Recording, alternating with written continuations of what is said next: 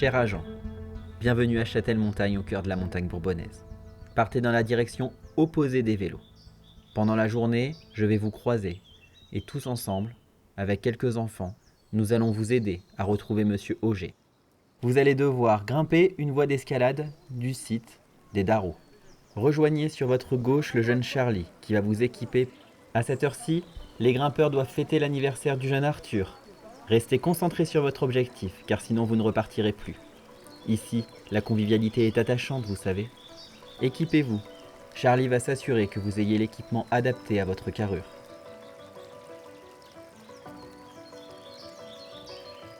Ici, le site comprend une quarantaine de voies, dont une dizaine de longueurs, du 3A au 6C. Dans votre dos, en tendant l'oreille, vous écouterez, non loin de là, la rivière Bèbre, un affluent de la Loire. Quand vous avez l'objet rouge, descendez et allez vous changer sur le rebord en pierre à votre droite. Vous serez plus à l'aise assis pour vous changer.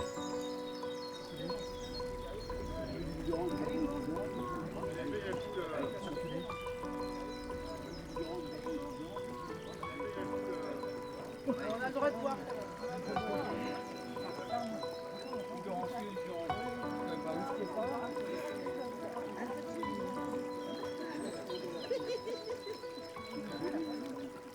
D'orange, là, vous voulez?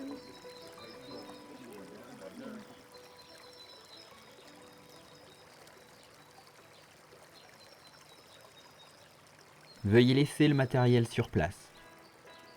Retournez sur vos pas et surtout, ne laissez traîner aucun déchet. Oui, aucun déchet. Des agriculteurs et un taxi bleu vous attendent. Vous ne pourrez pas les louper. Grimpez à l'arrière et profitez du voyage pour vous reposer, car la journée va être riche en émotions. L'agriculture fait partie des métiers incontournables du territoire. Connaissez-vous le pâturage tournant dynamique ? Le principe est de ne pas laisser les animaux sur une parcelle plus de 3 jours pour permettre de respecter le cycle de l'herbe pour laisser les petites pousses se développer. Au panneau Châtel-Montagne, descendez. Collez-vous au panneau qui se trouve à votre droite. Faites 2 pas à gauche, restez accroupi. Vous allez maintenant passer par la cabine d'essayage.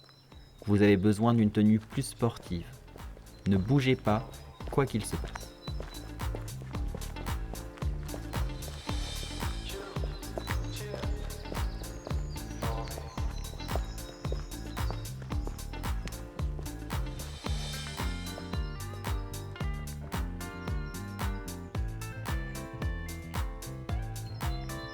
Maintenant que vous êtes prêts, prenez le vélo électrique. On vous attend au cœur de notre commune où 363 Châtellois et Châtelloises ont la chance de pouvoir cohabiter avec des artistes. Vous en trouverez sûrement sur votre chemin.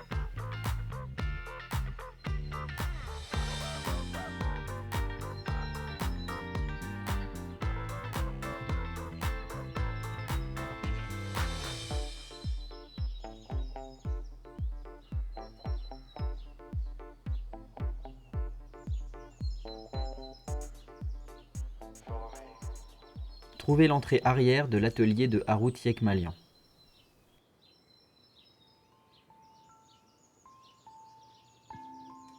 Posez le vélo et montez les marches.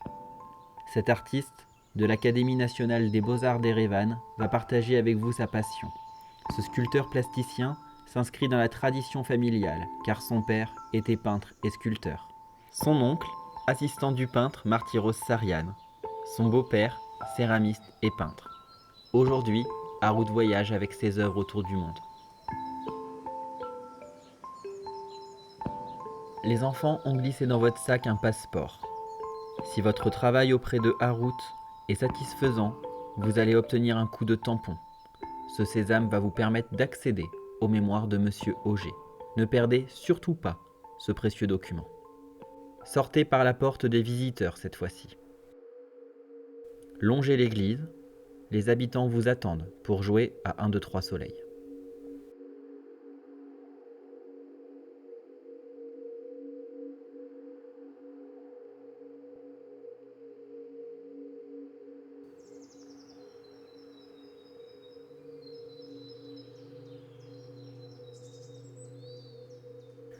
Votre agence m'a confié que vous n'aimiez pas trop courir, et l'objet que vous avez récupéré sur la paroi d'escalade va vous permettre de tricher un peu.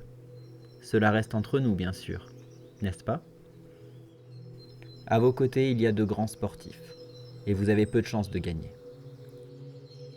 Discrètement, quand le jeu commence, attendez le 3e tour.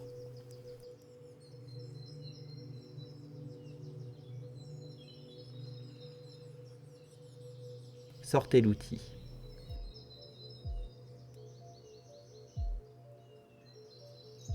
Avec votre main droite, lancez 2 coups en avant, puis 2 coups en arrière. Et vous allez figer tous les participants. Vous pouvez leur passer à côté ou les bouger, ils ne sentiront rien.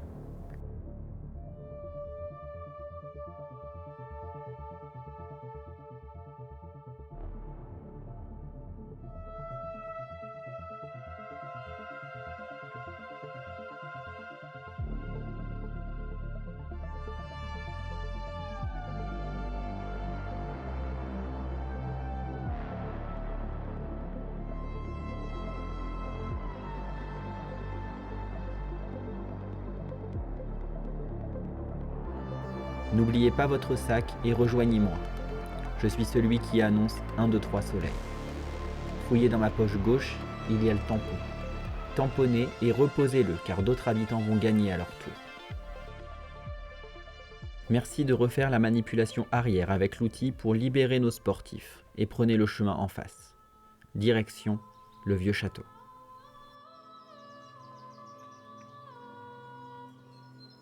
Dès le XIe siècle, le château de Châtel-Montagne, siège d'une importante baronnerie, protégeait la voie de pénétration de la montagne bourbonnaise de Vichy à Roanne.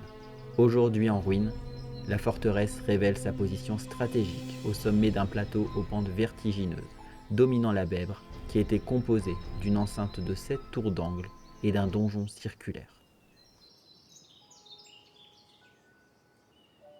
Là-bas, Martine et quelques enfants vont vous proposer un défi autour des mots qui sensibilisent les jeunes sur le plaisir d'être dans la nature, la prairie, la campagne. Ils devront les choisir en évitant un piège qui désigne le nom d'un célèbre brigand qui, avec sa troupe, est passé par Châtel-Montagne et par Charguereau.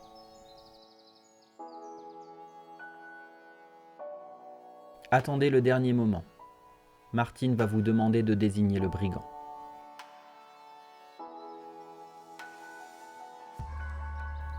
Après le coup de tampon, suivez l'équipe jusqu'à l'escabille. À propos du brigand Mandrin, il a vécu entre 1725 et 1755. Son nom même, Mandrin, devient à l'époque un nom commun. La proximité avec le mot malandrin et dans l'expression les mandrins sert dans un premier temps à désigner la bande de mandrins elle-même, puis toutes les bandes contrebandières de la région.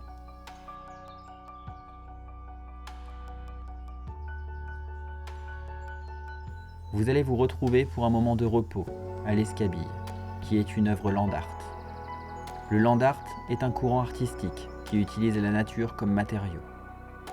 Cette cabane est l'œuvre de Laura Fischer, Robin Maris et Guillaume Brunel. Ses parois sont constellées de billes de verre qui laissent filtrer la lumière. Un environnement calme pour écouter quelques mots concernant l'église de notre commune et stimuler votre imagination.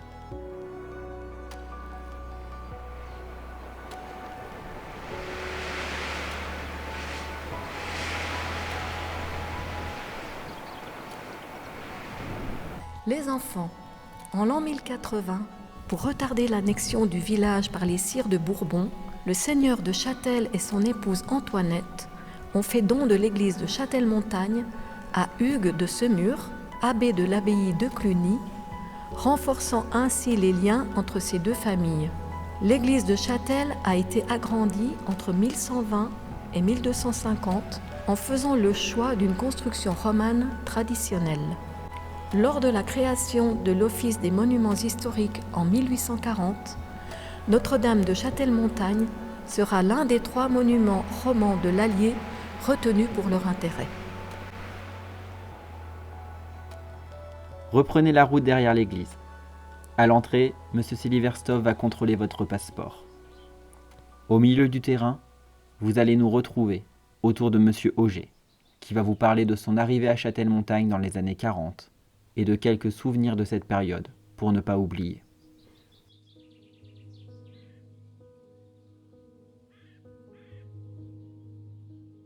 J'ai des souvenirs de cette période 39-45, parce que je suis venu à Châtel en 1946 avec mes parents chez un habitant de Châtel qui avait été prisonnier et qui est revenu de l'Allemagne avec mon père. Voilà comment ça s'est passé. J'ai connu Châtel-Montagne. Alors en 1946, bien sûr, j'ai su qu'il y avait, par le propriétaire de la ferme où j'étais, qu'il y avait un avion qui était tombé le 6 février 1945, au lieu-dit Les Darros, lieu-dit près de la ferme de Charnans. Et tout petit, à 10-11 ans, quand on montait à Châtel, on montait à pied. Il n'y avait pas de voiture, pas de bicyclette encore, pas beaucoup, de toute façon j'en avais pas. Et j'ai vu, dans les Darros, j'ai vu un moteur de cet avion. Cet avion, c'était un B-25 américain, avec 6 personnes à bord. Et ces 6 personnes, bien sûr, étaient mortes, à moitié carbonisées. Et ils ont été transportés à la mairie de Châtel-Montagne dans des cercueils. J'ai eu des souvenirs après par les maquisards qu'il y avait dans la montagne bourbonnaise. Il y en avait, comme il y en avait beaucoup en France. Il y a eu M. Mandard, il y a eu M. Dru. La particularité de la famille Dru, c'est qu'ils avaient un salon Madame Gru avait un salon à Rouen. Et M. Dru était avec, donc j'ai connu déjà les parents. Parce qu'ils ont été déportés avec leur fille, mais leur fille n'est jamais revenue. Et puis j'ai eu les souvenirs d'un monsieur je peux dire son nom, Lucien Rouchon, qui était d'Arfeuil, qui était emmené avec son frère et son père. Il y a lui seul qui est revenu et ensuite il s'est marié avec la fille de la ferme où j'étais. Donc je l'ai connu pendant longtemps.